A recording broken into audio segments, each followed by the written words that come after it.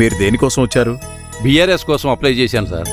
నాకు మెసేజ్ వచ్చింది, చూడండి సార్. మేడం సార్ చెక్ చేయండి. సార్ అవి బఫర్ జోన్ కింద వస్తున్నాయి కాబట్టి దాన్ని ఎల్ఆర్ఎస్ మనం చేయలేము. ఓహో, మీరు మీ 1200 గజాల స్థలానికి ఎల్ఆర్ఎస్ కోసం దరఖాస్తు చేశారు. అవును సార్. అలాగే అక్కడ అపార్ట్మెంట్ కట్టాలని పర్మిషన్ కోసం అప్లై చేసుకున్నారు.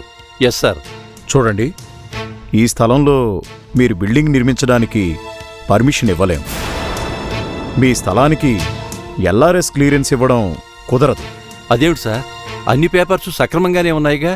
సక్రమంగా ఉన్నాయని మీరనుకుంటున్నారు, అది సరికాదు. మీ స్థలం దగ్గరలో ఇరిగేషన్ కెనాల్ వెళ్తోంది.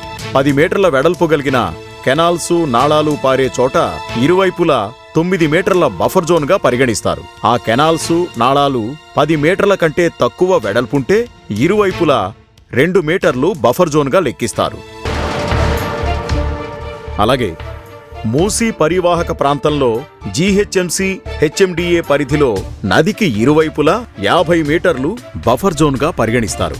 ఎక్కడైతే 10 హెక్టార్లకు మించి చెరువుంటుందో అక్కడ కూడా 30 మీటర్ల వరకు బఫర్ జోన్గా పరిగణిస్తారు.